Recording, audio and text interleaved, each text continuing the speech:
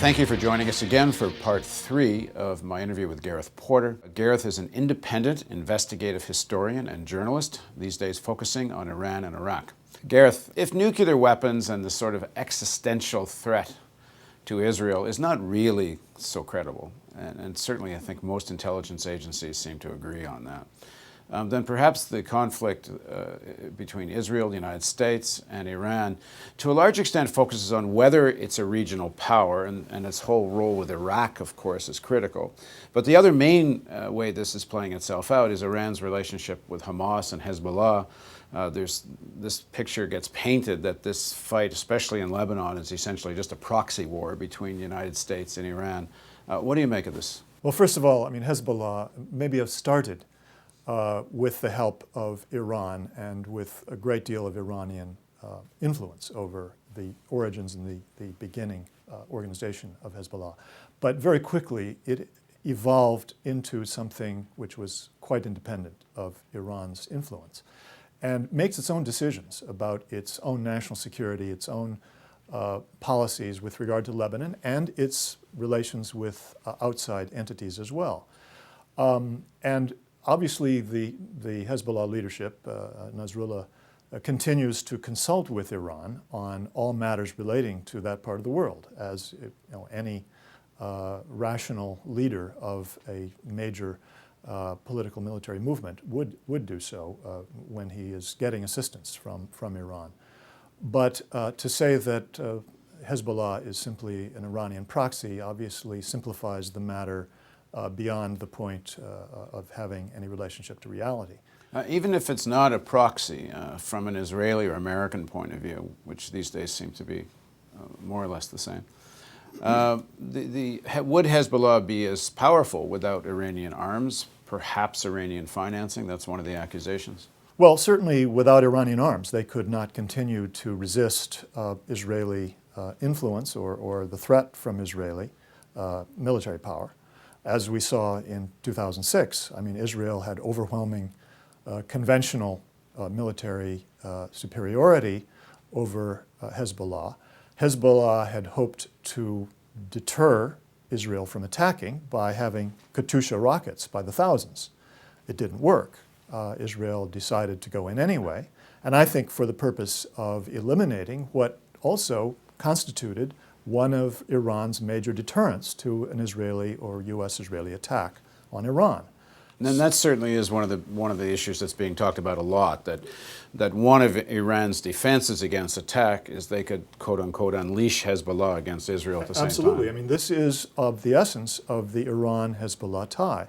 Iran's primary interest in Hezbollah, without any question, is that Hezbollah represents part of the deterrent to an Israeli-U.S. attack on Iran. So, I mean, that's the nexus from the Iranian point of view. From the Hezbollah point of view, obviously, it's also a way of trying to deter Israel from attacking Lebanon, although the ability of Hezbollah shown in 2006 to effectively resist on the ground in the villages of southern Lebanon was obviously equally, and now I think even more important, that Israel has learned a lesson from that. But is Hezbollah simply a way of attacking Israel? Well, I think you have to look at the record. Hezbollah's behavior has been that they wanted to keep Israel out of southern Lebanon. That was their main interest.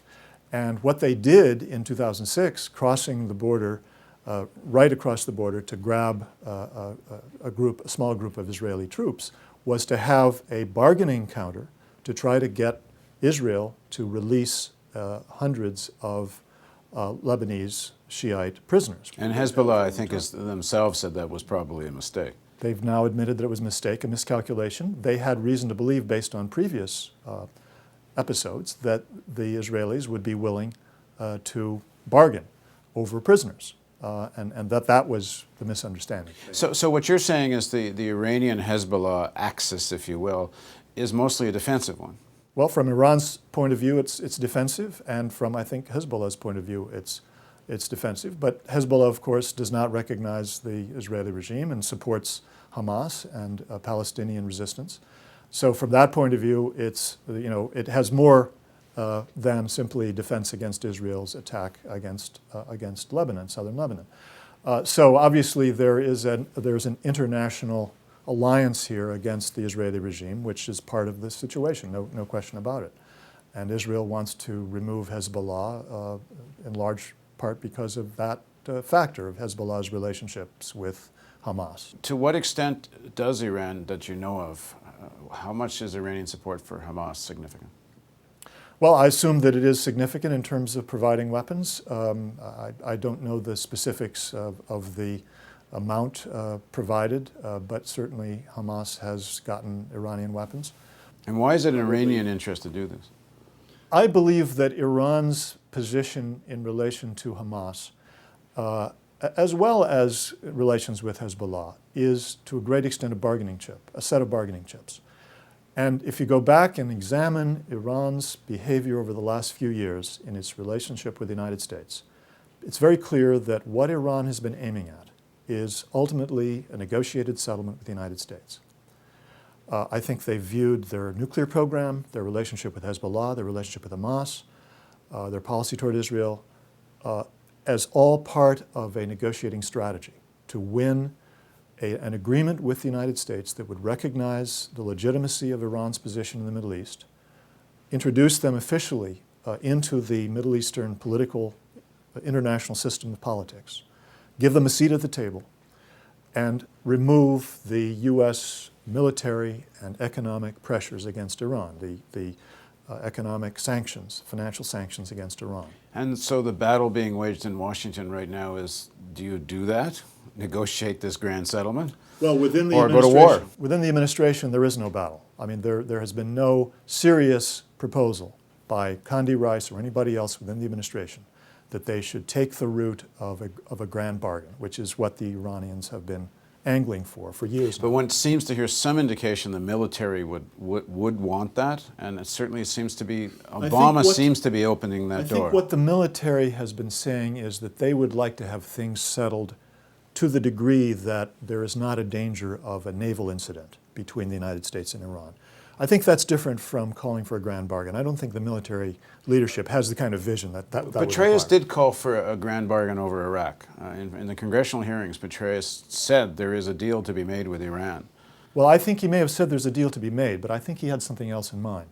I think the military vision of this, bear in mind that Petraeus got his job as commander in Iraq, as well as his job, the future job as commander of CENTCOM over the entire region, because he agreed to play ball with the White House, which means playing ball with Dick Cheney. Well, in the next part of our interview, we're going to talk about Iran, Iraq, and the Bush administration. Please join us for the next part of this interview.